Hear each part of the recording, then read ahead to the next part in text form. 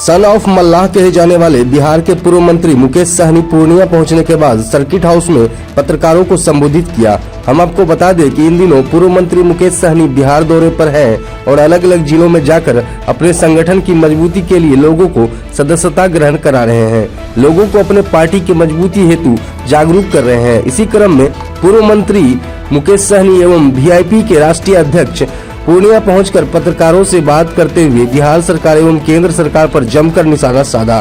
उन्होंने कहा कि केंद्र सरकार द्वारा जिस तरह से निजीकरण एवं खाद्य पदार्थों पर GST शुल्क एवं नई पॉलिसी लाई जा रही है, उससे आम लोग काफी परेशान हो रहे हैं। उन्होंने सेना भर्ती में होने के लिए नई योजना अग्निवीर को लेकर भी कहा कि केंद्र सरकार युवाओं को सड़क पर लाने का काम कर रही है।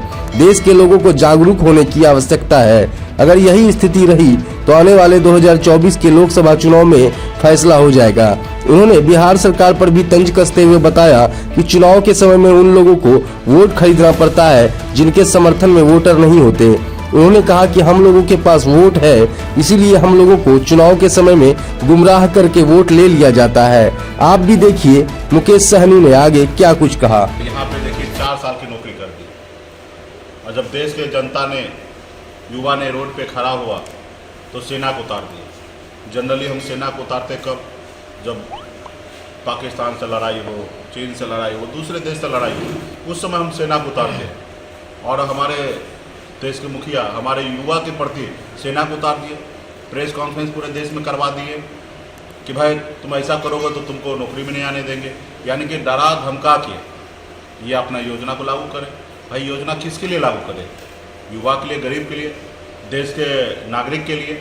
और वो नागरिक को वो पसंद नहीं है तो आप उसके ऊपर विचार कीजिए, संशोधन कीजिए, उनसे बात कीजिए। ना ही कि सेना को उतार के और आप जो बोल दिए वो करना है। तो भाई इससे पहले किसान आंदोलन किया, फिर वहाँ क्यों झुके? सरकार के 2 साल के बाद आपने वहाँ पे झुका ना, कि आपने किसान आंदोलन के सामने आप झुका, आपने माना कि हमने जो योजना लाया वो गलत लाया। तो ये भी योजना आपका गलत है। आप बताइए देश में 4 साल का नौकरी होगा? तो ये सब सारे चीज़ें, और इसमें ये नौकरी करने के लिए कौन जाएगा? खास करके गरीब, पिछड़ा, ऐसे समाज में से जो लोगों को 30,000 40,000 का नौकरी करना है, से जो बॉर्डर पे जाके गोली खाने के लिए तैयार रहता है कि हम देश का सुरक्षा करने के लिए जा रहे हैं, और उसको आप 4 साल की नौकरी कर रहे हैं। तो भाई ये भी कर दीजिए कि जितना भी सांसद है, विधायक है, उनके घर परिवार के बेटा भी पहले सेना में भर्ती हो। तो ये सब चीज़ नहीं करेंगे और उनको आप नौकरी 17 साल से घटा के 4 साल कर देंगे। तो और उस पर युवा अगर रोड पे आए तो उसको आप सेना उतार के उनको डराइएगा, धमकाइएगा। तो ये अभी देश के युवा को सोचना है। एक उम्मीद से हम लोगों ने मोदी जी को लाया कि अच्छे दिन आएंगे, तो आज देश के युवा को, गरीब को, पिछड़ा को, ऐसे लोगों के लिए अच्छे दिन नहीं दिख रहा है। बड़े बड़े उद्योगपति को लिए अच्छे देखने के लिए मिल रहा है। आप बताइए कि कोरोना काल में 2 साल में 5 मिलियन से बढ़ा के सीधा 150 मिलियन, मतलब हिंदुस्तान का सबसे अमीर व्यक्ति अडानी बन जाता है। 2,500 गुना ज़्यादा वृद्धि हो जाता है। आप बताइए कि कैसे हो रहा है?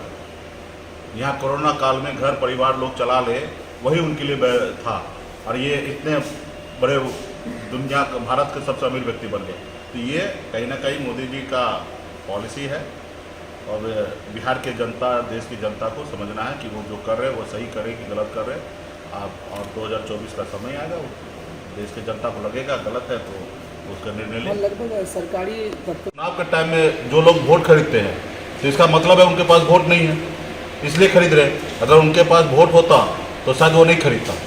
तो इसलिए वोट हमारे पास है, और हमारे लोगों को चुनाव के समय में गुमराह करके वो वोट ले लेते हैं। लेकिन अभी हम लोग अपने लोगों को जागरूक कर रहे हैं। जो लोगों ने लड़ाई लड़ा, आज आदरणीय श्री लालू प्रसाद जी ने लड़ाई लड़ा, बिहार में राजनीति में आए, चाहे मुलायम सिंह आए या बहन मायावती जी आए या स्वर्गीय श्री रामविलास पासवान जी आए, ये लोग सामाजिक न्याय को मजबूती दिए, इनके समाज आगे बढ़े। उसी तरीके से हम लोग भी चाहते हैं कि हमारा अगर अधिकार है तो हम उसके लिए संघर्ष करेंगे और लड़ाई लड़ेंगे, और इसके लिए लोगों को जागरूक करने के लिए उद्देश्य पूरे बिहार में घूम रहे हैं। ये जो GST लागू कर दिया गया है सर, इस पर क्या कुछ कहना है? तो ये तो अभी जनता को सोचना है कि 75 साल के बाद पहली बार देश में ऐसे सरकार आए हैं, जो कभी नहीं हुआ वो सब अद्भुत काम कर रहे हैं। कपड़े पे टैक्स लगा रहे हैं, आपके आटा पे टैक्स लगा रहे हैं, ये सब कर रहे हैं। तो आप ये जनता को समझना है कि आपको कैसी सरकार चाहिए। आपको पनीर पे टैक्स लगा रहे हैं, दूध पे टैक्स लगा रहे हैं, मतलब आप क्या कर रहे हैं? आप बड़े बड़े उद्योगपति का हजारों लाखों करोड़ रुपया माफ़ कर दे रहे हैं और उसका जो बर्डन है वो आप जनता पे, गरीब जनता पे डाल दे रहे हैं। तो भाई उसको लोन देने से पहले सोचिए किसको दे रहे हैं, क्यों दे रहे हैं। यहाँ बिहार राज्य हो या अन्य राज्य में युवा को 5 लाख 10 लाख रुपया नौकरी के लोन लेने के लिए आप उनके परेशान करते। एक एजुकेशन लोन लेने के लिए आप परेशान करते, जल्दी लोन नहीं देते। लेकिन आप 1-1 लाख करोड़ 2-2 लाख करोड़ रुपया लोन दे रहे हैं ऐसे आदमी को जिनके पास कोई व्यवस्था नहीं है।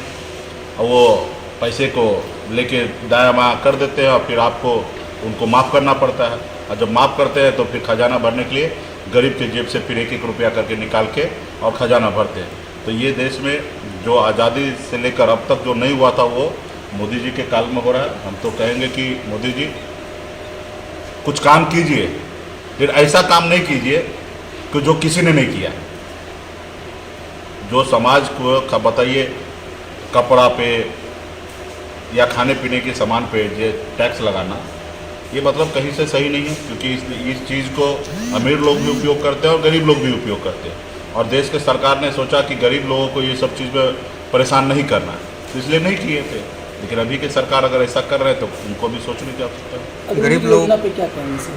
अग्निवीर योजना चल उस पर क्या कहेंगे? इस पर भी अब देखिए, देश में सरकार पॉलिसी बनाना होता है और देश की जनता के लिए, युवा के लिए बनाते हैं।